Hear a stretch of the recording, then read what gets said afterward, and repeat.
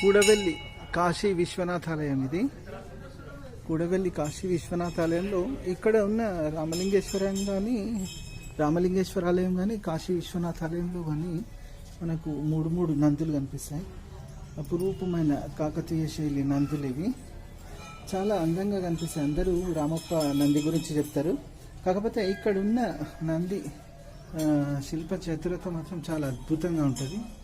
చాలా శిల్ప శైలి మాత్రం చాలా బాగా వచ్చింది, అద్భుతంగా.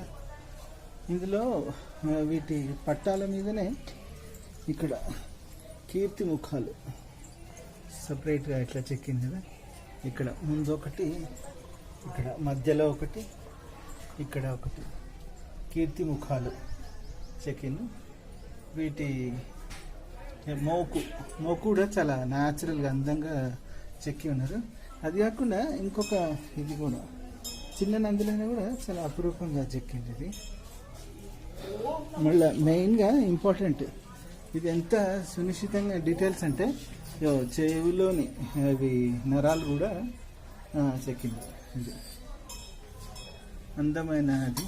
ఇది కన్ను రెప్పల దగ్గర వచ్చే ఇవి ఉన్నాయి కదా, వీటిని డీటెయిల్గా చెక్కిండ్రు.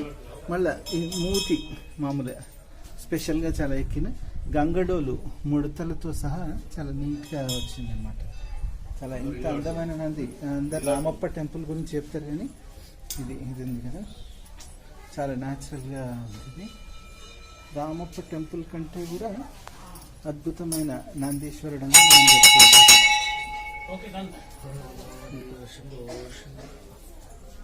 ఇక్కడ చండీశ్వరుడు ద్వారపాలకుడు. మనము